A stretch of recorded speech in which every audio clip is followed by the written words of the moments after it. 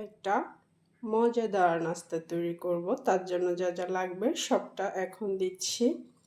প্রথমে দিচ্ছি 4 চা চামচ চিনি, এটা হচ্ছে লাল চিনি। তারপরে 4 চা চামচ গুঁড়ো দুধ। এরপর দিতে হবে ইস্ট। ইস্টটা একটু মেপে দেওয়া ভালো। আমি এখানে 1 টেবিল চামচের মতো ইস্ট ব্যবহার করব। দিয়ে দিলাম। ইস্ট সবসময় মেপে দিতে হয়, তা না হলে দেখা যায় একটু বেশি হলে কিন্তু গন্ধ হয়ে যায়। আর এখানে দিয়ে দিচ্ছি 1 কাপ হালকা কুসুম গরম পানি। এখন এটাকে একটু আমরা মিক্স করে 10 মিনিটের জন্য একটু রেস্টে রেখে দেব। অবশ্যই 10 মিনিট এটাকে একটু রাখতে হবে। কিছুক্ষণের জন্য ঢেকে রেখেছিলাম, প্রায় 10 মিনিটের মতোই, হয়তো একটু কমও হতে পারে। এখন আমি দিয়ে দিচ্ছি এখানে একটা ডিম। ডিমটা দেওয়ার পর এখন দিচ্ছি 2 কাপ ময়দা। তবে ময়দাটা কিন্তু কম বেশি লাগতে পারে, যেহেতু আমরা ডিম পানি দিয়েছি এখানে। আর দিচ্ছি এখানে 3 টেবিল চামচ তেল। সামান্য একটু তেল আমি এখানে হাতে রেখে দেব, তার কারণ এটা পরে আবার আমাকে ইউজ করতে হবে। স্বাদ মতো লবণ দিয়ে দিলাম। আর এখন একটা কাঁটা চামচের সাহায্যে আগে এটা দিয়ে একটু মিক্স করে নিলে তাহলে কি হয়, হাতে কিন্তু কম লাগে। এরকম করে ডো তৈরি করাটা আসলে ভালো। এখানে যদি ময়দা লাগে তাহলে অবশ্যই একটু ময়দা আবার ইউজ করতে হবে। আমি পরিমাপটা বলে দিব।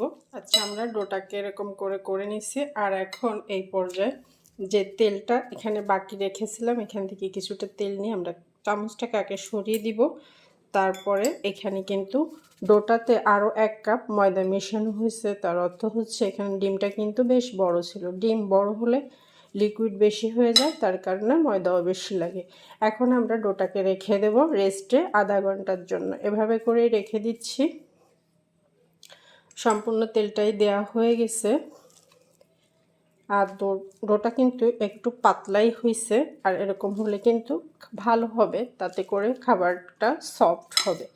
এখন আমি এটাকে রেখে দিচ্ছি রেস্টে। আমি 20 মিনিট পর ফিরে আসলাম। এটাতেই কিন্তু ডোটা বেশ অনেকটা ফুলে গিয়েছে। আর দেখা যাচ্ছে এখন আমি কিন্তু কাজ করব, তার জন্য সরিয়ে নিচ্ছি এখান থেকে সব কিছু। আর এখানে আমি একটু ময়দা ছিটিয়ে দিচ্ছি। ডোটা রাখার আগে অবশ্যই ময়দাটা ছিটিয়ে নিতে হবে, তা না হলে দেখা যাবে যে ডোটা জড়িয়ে যেতে পারে। আর এখন আমি ডোটাকে নিয়ে নিচ্ছি।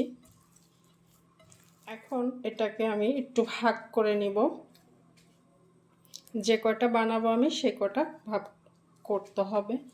আপনি ছোট বড় যা বানাইতে চান সেরকম করে ভাগ করে নিতে পারেন। আমি ভাগ করে নিচ্ছি। ভাগ করে নিয়ে একটু সাইডেই সরে রাখবো।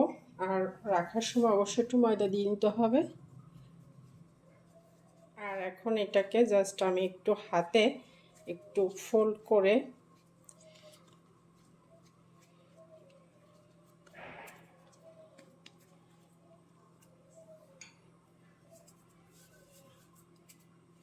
এখানে রেখে হাত দিয়ে একটু চাপ দিয়ে দিব।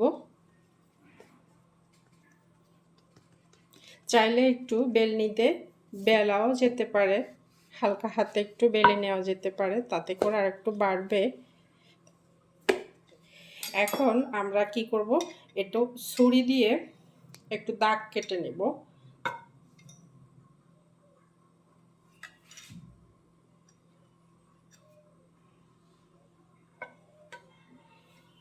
দাগটা কেটে নেওয়ার পরে একবারে কেটে না যাবে, একটু একটু কেটে গেছে। এখন আমরা একটু ডিমের কুসুম আর গুঁড়ো দুধ একসঙ্গে মিক্স করে ব্যাটার তৈরি করে নিচ্ছি। এখন এটাকে একটু উপরে দিয়ে দিচ্ছি। আমি জাস্ট একটা প্রথমে দেখিয়ে দিচ্ছি। এখানে দিচ্ছি কিছুটা তিল, একটা কিংবা দুটো কিশমিশ দিতে পারেন। এখানে আপনার পছন্দ মতো দিয়ে একটু চেপে দিতে হবে যাতে কিশমিশটা ডেবে যায়। এখন আমি এরকম করে সবগুলোকে তৈরি করে নিচ্ছি। সবগুলো আমার হয়ে গেছে। এখন আমি চুলোতে নিয়ে যাচ্ছি। এখন আমি চুলোর কাছে চলে আসছি। আর আমি একটু হাতে তেল মাখিয়ে নিচ্ছি, যেহেতু আমি নিচে বাটার পেপার দিই নেই, তার কারণে দেখা যাবে তুলতে গেলে হাতে জড়িয়ে যাবে, তাই আমি একটু তেল মাখিয়ে নিয়ে এই যে ছেড়ে দিলাম। হাতে কিন্তু কম জড়াইছে, আর চুলোটা ছোট্ট করে দেওয়া আছে। এখানে আসলে খুব বেশি একসঙ্গে দেওয়াও যাবে না, সেক্ষেত্রে দেখা যাবে আবার এটা কিন্তু নষ্ট হয়ে যেতে পারে। তাই আমি চাচ্ছি অল্প অল্প করে ভাজবো। দুটো দেওয়া যেতে পারে চেষ্টা করে।